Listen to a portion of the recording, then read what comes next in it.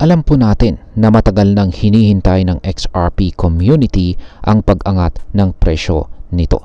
Lalo na matapos ang mahigit 4 na taong kaso laban kay Ripple. Pero kahit na inannounce po ng Ripple CEO na umatras na ang US SEC sa kanilang appeal, ang presyo po ni XRP ay bahagya lamang pong tumaas.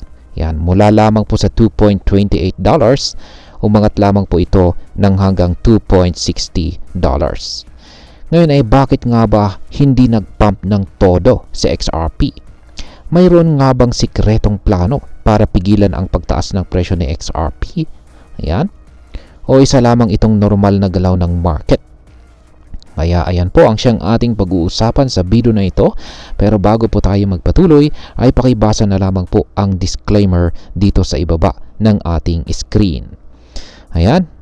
Ano nga bang dahilan kung bakit hindi pa nag-pump o nagpa-pump itong sa XRP?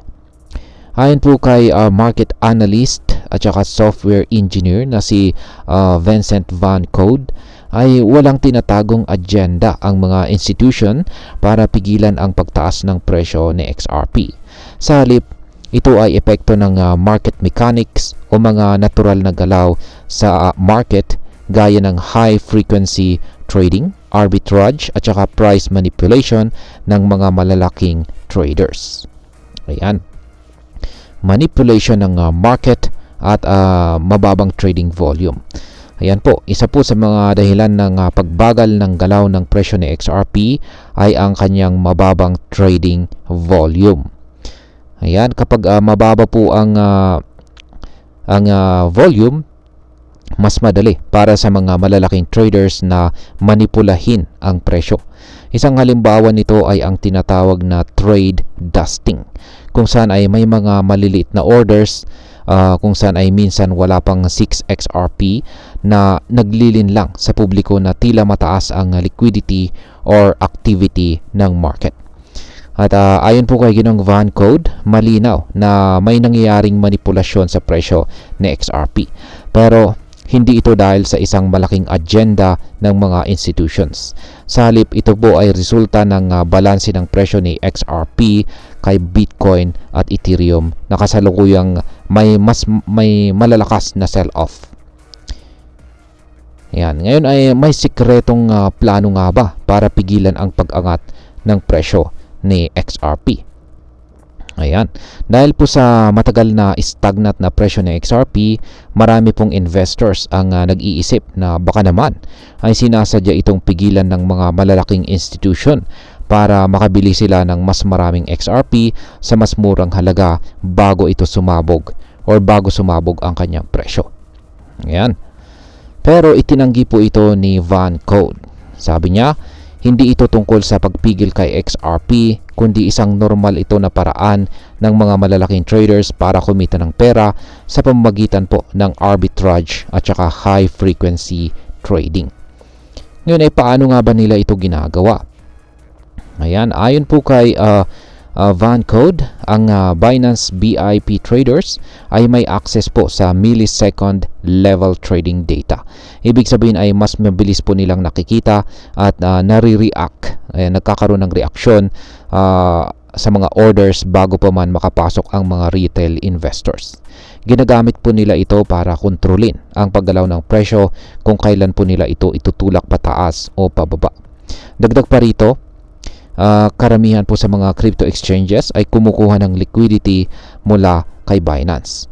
Kahit na hindi mismo si Binance ang gumagawa ng manipulation, nagiging madali para sa kanilang BIP traders na gamitin ito para sa kanilang pakinabang. Kumita man ang Binance mula sa spreads, fees at saka liquidity payments, talo naman ang mga small investors na walang access sa parehong level ng data at saka tools. Ayan. Ngayon ay dahil dyan ay ano po ang pinakamainam na estratehiya para sa mga retail investors. Ayan. Dahil hindi naman na kayang talunin ang high frequency trading boots sa bilis at kakayahan, ano naman ang dapat nating gawin bilang mga ordinaryong investors lamang? At ang sagot po dyan ay walang iba kundi ang long-term holding. Ayan, ulitin ko po. Ang sagot po dyan ay simple lamang, kundi isang long-term holding. Ayan, ayon po kay Van Code, ayan, ang pinakamabisang paraan para kontrolin ang market manipulation ay hindi ang pagsubok na labanan ito sa araw-araw na trading, kundi ang simpleng pagbili at pag-hold ng XRP sa pangmatagalang panahon. Sa ganitong paraan ay mas nagiging epektibo ang pag-crush ng mga manipulasyong ginagawa ng mga malalaking traders dahil hindi po natin ibinibigay sa kanila ang liquidity na kailangan nila para patuloy na gumalaw sa market. Dagdag pa niya, kapag mababa po ang trading volume, mas malaki ang binabayad ng market makers para sa liquidity. Kaya mas mahirap para sa mga boots na maapektuhan ang presyo sa matagalang panahon. Ayan. Bilang panghuli ay ano naman ang aking masasabi tungkol dito? Ang ganitong sitwasyon ay nangangahulugan na dapat po nating palakasin ang ating kaalaman sa tamang diskarte sa pag-i-invest. Huwag po tayong masyadong magpa-apekto sa short-term price movements na XRP dahil ito po ay kontrolado ng mga malalaking traders. Sa halip ay pagtuunan po natin ng pansin ang fundamentals ng project, kung paano po ito magagamit sa real-world applications at kung ano po ang magiging epekto nito sa future ng financial systems. Bukod dito, kung iniisip mo pong pumasok sa day trading, dapat mo pong tandaan na ang larangang ito ay puno ng boots at saka market manipulators. Kung wala ka pong advanced na tools at mabilis na access sa data, malaki ang tsansa na maaring malugi ka kaysa sa kumita. Sa kabuuan, walang konkretong ebidensya na may sikretong plano upang pigilan si XRP na lumipad ang kanyang presyo.